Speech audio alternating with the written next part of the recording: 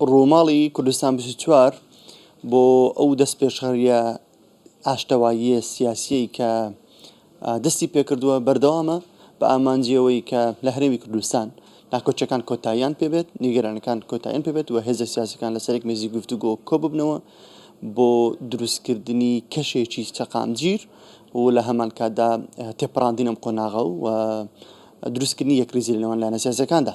من لەسەرم بابەتە لەگەڵ کاک ئارام ڕەسوول مامەد پەرلەمانتاری خولی دووەمی پەرلەمانی کوردستان گفتوگۆ دەکەم بۆ ئەوەی بزانین ئەوان بۆ چوونیان چی لەسەر ئەم دۆخە سیاسی کە ئێستا هەیە و پێشنیازی ئەوان کە لە خولی دووەمی پەرلەمانی کوردستانیش بەشدار بوون ئەو کات چییە بۆ ئەم قۆناغا کە ئێستا پێویستی بە یەکریزیە. کاک ئارام سوپاس بۆ دەرفەتە بفەرموویتە ئێرە ئێوە لە خولی دووەمی پەرلەمانی کوردستان کاک ئارام بەشدار بوون. خولی دووەم دەگوترێت خولێک بوو کە هێزە سیاسەکان یەکریز بوو لە ناوخۆیاندا. هۆکار چی بوو ئەو کات بەو شێوە بوون و ئێستا بۆ شەدۆخە گەیشتوین و چارەسەر چییە؟ بەڵێ لە سەرەتادا من دەمەوێت سپاس و دەستخۆشی خۆم بۆ کەناڵی کوردستان 24 ڕابگەیەنم لە کاتێکدا کە ئێستا بەشێک بەداخەوە لە کێشە و ململانێ سیاسیەکان لە ڕێگای ڕاگەیاندنەکانەوە و لە ڕێگای سۆشیال میدیاوە زۆر باز دەکرێت و بۆتە جێی باس کوردستان 24 لەم کاتەدا کە مبادرە بۆ قسەی باش و بۆ ئاشتی و بۆ لێک نزیک بوونەوە دەکات. ئەمە جێگای دەستخۆشیە و دەکرێت بڵین ڕۆڵێکی زۆر گرنگی دەبێت و ڕاگەیاندن دەتوانێت ڕۆڵی گرنگ ببینێت لە لێک نزیککردنەوەی لایەنەکان نەک لە یەکتر دوورکردنەوەیان. بێگومان لە مێژووی ڕزگاری خوازی کوردستان هەر کاتێک هێزە سیاسیەکانی کوردستان لێک نزیک بوون و توانیویانە لەسەر مێزی گفتوگۆ کێشەکان و ناکۆکیەکانیان چارەسەر بکەن دەستکەوتی گەورەی بۆ خەڵکی کوردستان و بۆ گەلی کوردستان تێدا بووە. من وەکو نمونە ئەگەر باس بکەم بۆ نمونە بەرەی کوردستانی دەستکەوتەکەی ڕاپەڕین و ئەنجامدانی یەکەم هەڵبژاردن و حکومەتی هەرێمی کوردستان بوو.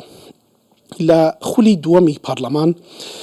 دووەمی پەرلەمان ئەرکێکی مێژوویی کەوتە سەرشان بەوەی کە ئەو کاتە بەداخەوە دوو ئیدارەیی لە هەرێمی کوردستاندا هەبوو.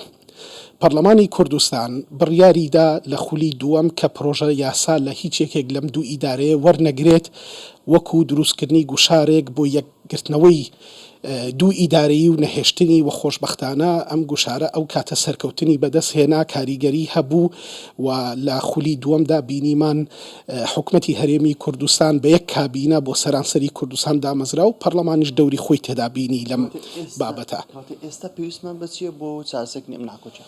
بێگومان ئەرکێکی مێژوویی نیشتیمانی سەرشانی هێز و لایەنە سیاسی کوردستانیەکان ئەوەیە کە دەبێت لە بابەتە نەتەوەیی و نیشتیمانیەکان لەو بابەتانەی کە پەیوەندی بە کیانی هەرێمی کوردستان و پاراستنی دەستکەوتەکانە ئەبێ هەمیشە لە گفتوگۆدا بن بۆ تێپەڕاندنی ئالەنگاری و کێشە و گرفتەکانی نێوانیان.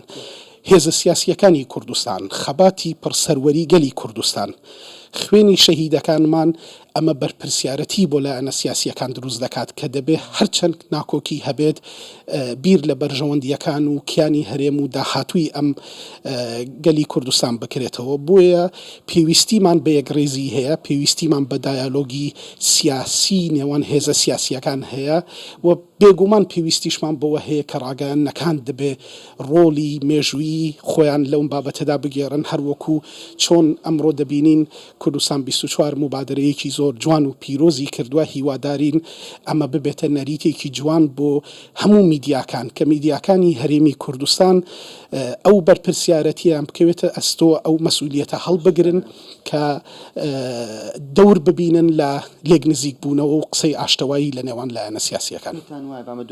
پێتان وایە کێشەکان ئەوەندە ئاڵۆز و قوڵن کە نەتوانرێت چارەسەر بکرێت، نەتوانن هێزەکان لەگەڵ یەکتردا بلیشن؟ ئەزانی دیارە کێشەکان لەوانەیە ئەوەی کە بدی دەکرێت چەند بەش بێت، بەشێکی پەیوەندی بە شێوازی بەڕێوەبردننی با بڵێن بابەتی مادی بێت یاخود کۆمەڵێک کێشەی تەکنیکی بێت. بەڵام ئەوەی کە من بەدی دەکەم کێشەکان لە ڕووی استراتیج و لە ڕووی سیاسەتی نەتەوەییەوە نابێ ئەوەندە قوڵ بێ کە نەتوانن لە دانیشتنەکان و لە گفتوگۆدا چارەسەری بکەن لەبەر ئەوەی دوجار ئامانجی هەموو هێزولایەنە سیاسیەکان و بە تایبەتیش نێوان پارتی دیموکراتی کوردستان و یەکێتی نیشتیمانی کوردستان پاراستنی کیانی هەرێمی کوردستان و دەستکەوتەکانە.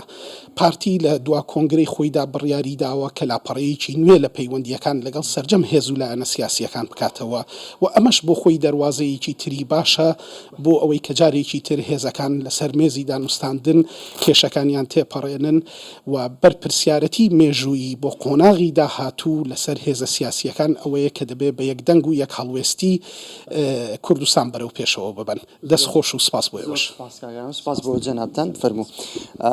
بەڵێ دیارە هەموو ئاماژەکان و قسەی هەموو ئەو پەرلەمانتار و کەسایەتیە سیاسیانە ئەوەیە کە کۆناغەکە پێویستی بە یەکڕێزیە و مەترسی هەیە و دەبێ هێزولایەنە سیاسەکان بۆ ئەوەی ڕوبڕووی ئەم مەترسیە ببنەوە پێویستیان بۆیە لە ناو خۆدا سەرەتا یەکگرتو بن و کێشەکانیان چارەسەکەن و ئەم کۆناغە تێپەڕێنن و هەنگاو بە داهاتوو بە